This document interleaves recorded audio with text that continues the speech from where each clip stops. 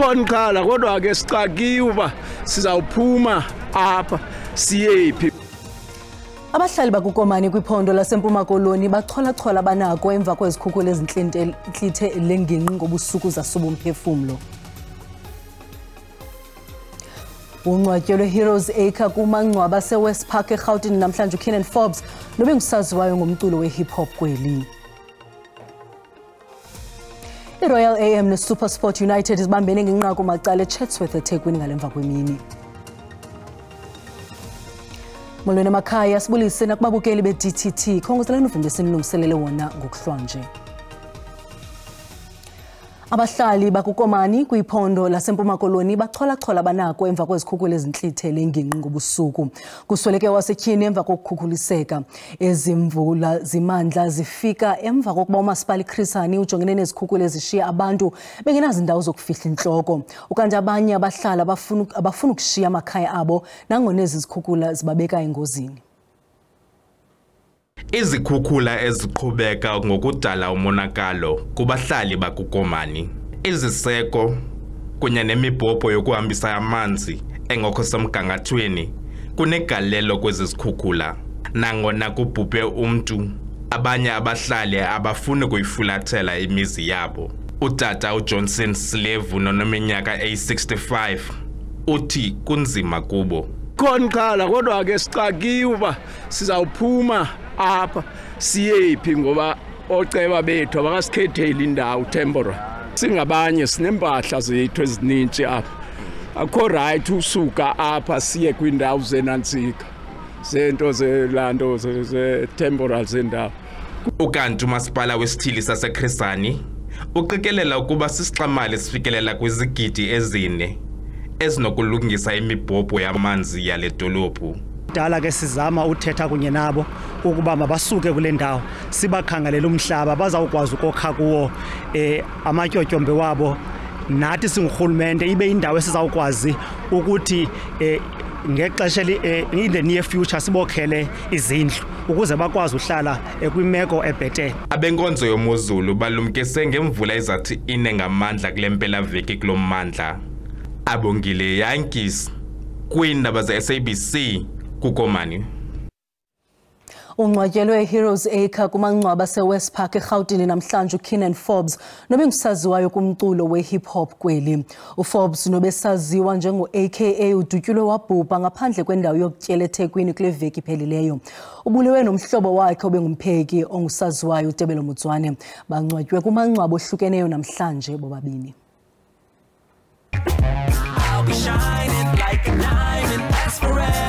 Wavalwa umkhusane. Ibilusapho abahlobo abasondela enxebeni kunye nemvumi kuphela ebezikhaphe u-AKA ngelixa eyokubekwa kwikhaya lakhe lokugqibela. Abanye osaziwayo ebebezokugcwala emswaneni baquka uSomizi Mhlongo, uDJ Oskido kunye neqala kwezomculo ihashe elimhlophe. Abaninzi basakhwanqesekile. U-AKA uqale uhambo lwakhe lomculo eyinxalenye yeqela lerap iEntity phambi kokuba azimele abe ngumpondo ozihlanjiwe nothe waphumelela iimbasa ezileqela zomculo.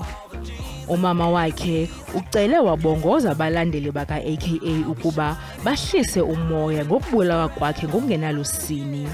U-AKA uncwatywe ecaleni kwabanye ompondo ozihlanjiwe kwezopolitiko kunye nosaziwayo beli eHeroes Acre eWest Park eGauteng.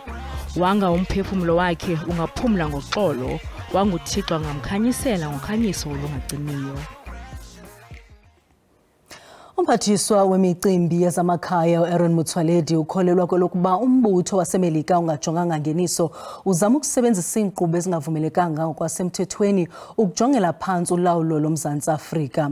Lo kaMotsoaledi bephefumla kumyalelo wenkundla ephakamileyo kumntla wephondo iGauteng ngokuba urhulumente avumele igwiba i-asylum ngokwamakhumsha abemi baseAfghanistan abangama-22.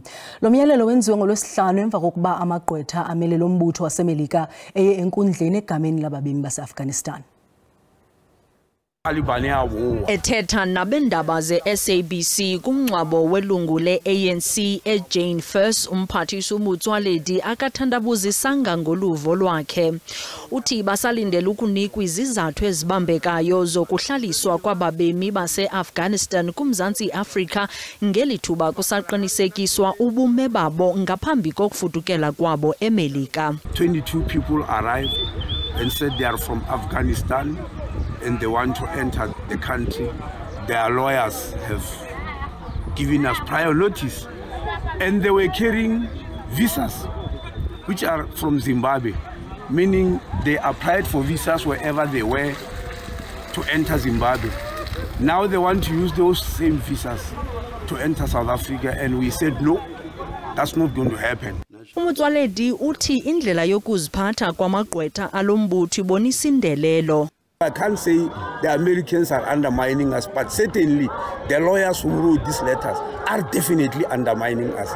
They believe we are nothing, and that's why they start these threats with letters. But even use a legal ambush. If you are very sure with your legal facts, you don't use an ambush. You go and serve the person and say, let's square up in court. Uthi urhulumente uza kuwuphikisa lo myalelo wenkundla. During that 4 hours, they've already been to court and they got that order, and we were not there. But the judge realized that because we were not there, he allowed us that we can do something within 24 hours. And as I'm talking now, our lawyers are busy with that. Loka Motsoaledi uthi ababemi base-Afghanistan basazinze kwicala laseZimbabwe kumda iBeitbridge. I-EFF iqalisile inzame zokuphumelela kunyulo lomkhulumente basemakhaya ngokuzibandakanya kwiphulo lokucoca isibukeng kumazantsi eRhawuti. Kona masiqale evenkileni.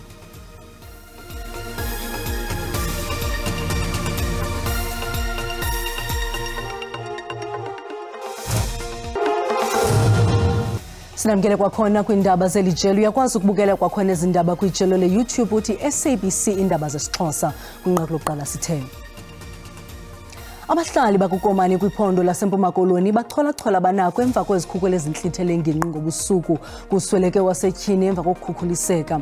Ezimvula zimandla zifike emva kokuba umasipala iChris Hani ujongene nezikhukhula ezishiya abantu bengenazindawo zokufihla intloko. Ukanti abanye abahlali abafuna ukushiya amakhaya abo nangona ezi zikhukhula zibabeke engozini. Inkokheli ye-Democratic Alliance kwiphondo laseMpumalanga uJane Sithole umemelele amalunga lombutho ukuba akhuphe amalunga ANC kulawulo kukhetho luzayo lukazwelonke ngo-2024. Lo Sithole bethetha kwinkomfa yeli phondo eMiddleburg. Ithi ngumbutho wesithathu omkhulu kweli phondo laseMpumalanga nalapho itshotsha entla kumasipala waseSteve Tshwete. Ibiyimigcobo nemivuyo kwinkomfa ye-DA namhlanje. Angaphaya kwamakhulu amathathu amalunga lombutho nebengungelene ezokukhetha iinkokheli ezintsha kweli phondo. We don't steal votes and we don't steal money. Because we are the blue family. We are true blue. Blou, bly, getrou. And that is what you can expect from the DA. And as we're going into an election year 2024, the 30th anniversary of democracy in South Africa. Think of that. Uzigxekile kakhulu iinkokheli zeli loMzantsi Afrika uJane Sithole noyinkokheli ye-DA kweli phondo ekwathi unethemba lokuba i-DA iyakuphumelela kunyulo luka-2024. Our province is in the hands of people who are not fixing things, who are breaking things. People who are not uniting the people of this province, people who are dividing them on the basis of racial hatred. South Africa doesn't need that. We need to forge ahead and unite the people of our province. And we are uniting behind the DA because in 2024, a new government is going to emerge. Uzile ukwacele amalungu ukuba azame kangangoko ukunyusa inani lamalungu ngokukhuthaza abantu bavotele eliqela. Kusenjalo usasibambile isikhundla sakhe sokuba inkokheli kweli phondo uJane Sithole. Wow. Nanjengoko iqela le-EFF liqalisile inzame zokuphumelela kunyulo lorhulumente basemakhaya, eliqela likwiphulo lokucoca iSebokeng kumazantsi eRhawuti. Le ngingqi ineengxaki zokusilela kwenkqubo yokwanjiswa kwenkonzo. Inkokheli yombutho uMnumzana Julius Malema izinikele ekuphuculeni inkqubo yokwanjiswa kwenkonzo nanjengoko ilungiselela unyulo lukazwelonke lonyaka ozayo. EFF iqhubela phambili nezicwangciso zayo zokuzibonakalisa ukuba liqela elinokujika izinto xa lithe lonyulwa ngabavoti. Inkokheli yalombutho uMnumzana Julius Malema ngaphambili uxelela abavoti ukuba iqela lakhe lizimisela ukusebenzela ivoti yabo kwaye kaMalema okwekhuthaza ukuba i-EFF ibonakale koomasipala abambaxa kwiphondo laseGauteng. Ebutsheni bale nyanga kufungiswe ooceba ababini be-EFF kwisixeko saseRhawutini emva kokonyulwa kukasodolophu ophuma kwi-Aljama uMnumzana Thapelo Ahmad. uMalema uthethe nabavoti eSebokeng. Let's continue to fight for service delivery by starting our own service delivery. The EFF doesn't have to be in government to start doing the right thing. EFF iceba ukuqhubeka nalomsebenzi ogaya inkxaso kubavoti hayi kurhulumente wephondo kuphela kodwa ijonge ukuba kulawulo lukazwelonke. It is upon us to show them that we are starting by cleaning this rubbish on this illegal dumping. When we are done, we are going to clean the rubbish in the provincial government in 2024. Kusenjalo kaMalema uxelele lenginginya ngogwayimbo olukhokelwa i-EFF lokuvalwa mba elilizwe kule nyanga izayo. I-EFF ityhola ngelithi inkqubo yokhanjiswa kwenkonzo iyasilela phantsi kolawulo lwe-ANC. On the 20th of March, we are bringing South Africa to a standstill. Nothing moves, nothing goes, no child goes to school, no worker goes to work, because this president must step down. EFF ithi iceba ukuvala mba elilizwe ngomhla wama-20 kule nyanga izayo ngelokunyanzelisa ukuba umongameli Cyril Ramaphosa ehle esihlalweni. Ikomishoni yamalungelo oluntu iphanda ngezikhalazo ezingokugxojwa-gxojwa kwamalungelo oluntu jikelele kubo bonke oomasipala baseMntla-Ntshona. Oku ngokubhekiselele kwinkqubo efadaleleyo yogutyulo lwelindle. Le komishoni ikwaphanda izikhalazo ezingokunyashwa kwamalungelo oluntu ngokuphathelene kwinkqubo yonkinkisho lwamanzi. Abahlali basoloko bekhala esimantshiyane ngemibhobho egqabhukileyo yelindle kwanenkqubo gabalala yogutyulo lindle engasebenziyo nohanjiso lwenkonzo. Ugqabhuko lwemibhobho yelindle yinto evamileyo kuninzi loomasipala kwelaphondo. Yingxaki uninzi oluphile nayo intlaninge yeminyaka.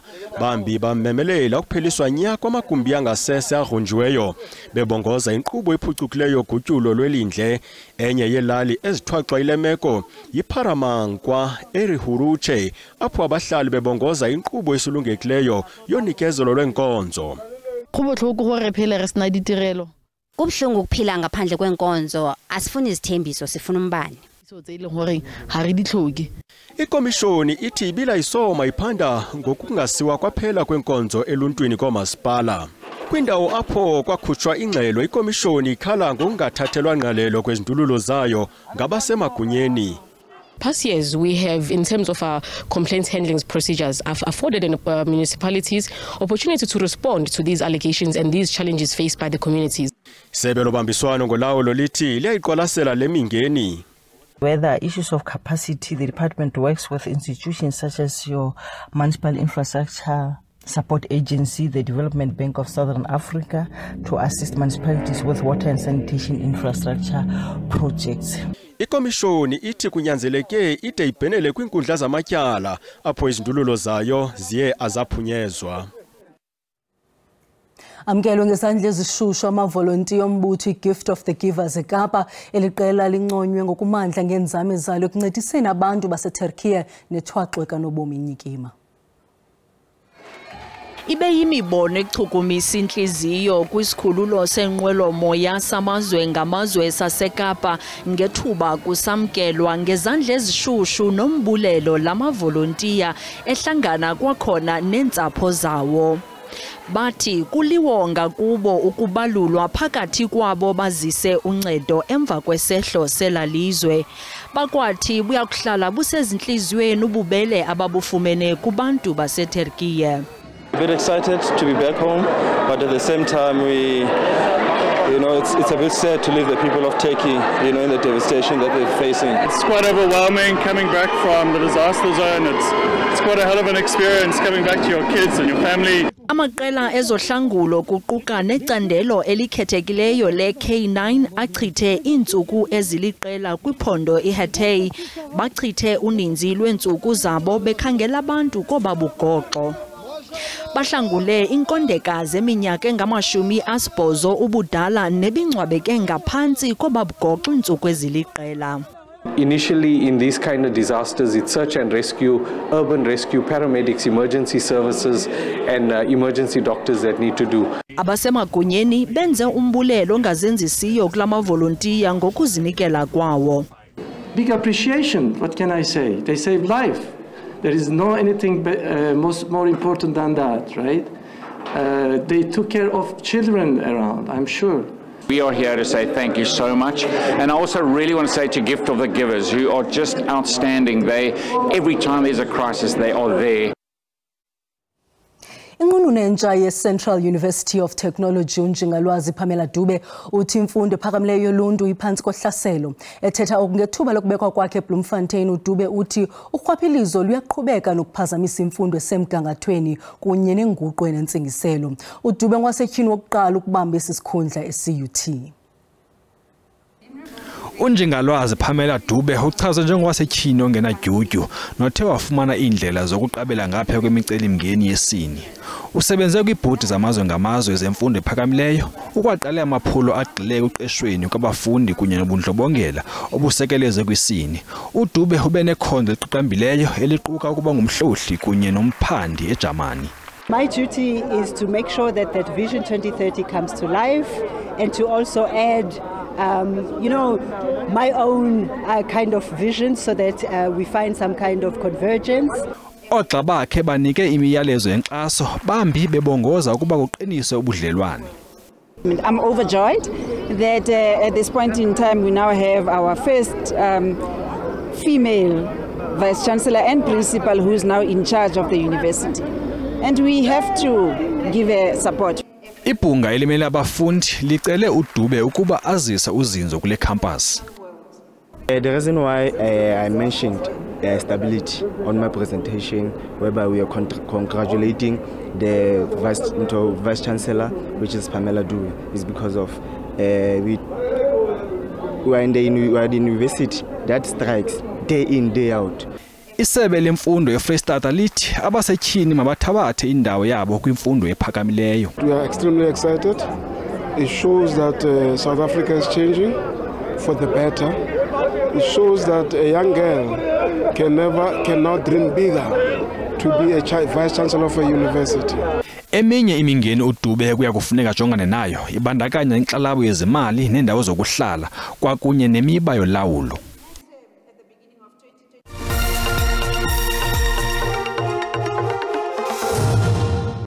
Amaqela eRoyal AM neSuperSport United intwazane kwisikolo samabanga phakamileyo eAlexander Road eGqeberha ithi nethemba lokuphaphazelisa iflag yeli xa iza kubintingele eDubai ekuthambekeni kwalonyaka ukuya kumela ilizwe kuthotho lwemidlalo yehlabathi yeqakamba yabaselula. uBianca Graham ominyaka 14 uqale ukudlala iqakamba eneminyaka 7. uBianca Graham unekamva eliqaqambileyo njengomdlali weqakamba wasetyhini. Ukwibanga lesibhozo kwisikolo afunda kuso kwaye udlale kwiqela lamakhwenkwe. Luka Graham watyunjwe wakwiqela leWarriors apho wathatha inxaxheba kwitumente yeJunior Nationals eyabanjule ePitoli kunyaka ophelileyo. It makes me feel excited, proud because I'm representing my country. I feel excited. It's a journey for me as a person to go at a very young age, so I'm excited and proud of myself. Abazali bakhe baqale iphulo lokuqokelela imali antingele eDubai kodwa nabo bachulumancile. We are extremely proud of how far she's come in a boys' sport. Her dedication, her love for the game, it's awesome. It's unbelievable how far she's come in this predominantly boys' sport. Le tumente iqakamba iza kuqala ngomhla ka-29 kaSeptemba iphele ngomhla we-7 ka-Okthobha. Ndikuzolani Moya weendaba ze-SABC ndiseGqeberha kwiphondo leMpuma Koloni. Ngalondlela siuqonqothile uvimba wangokuhlwa nje sikhona nangomso kwangeli xesha siniphakela indaba ngobushushu bazo kamnandi mawethu.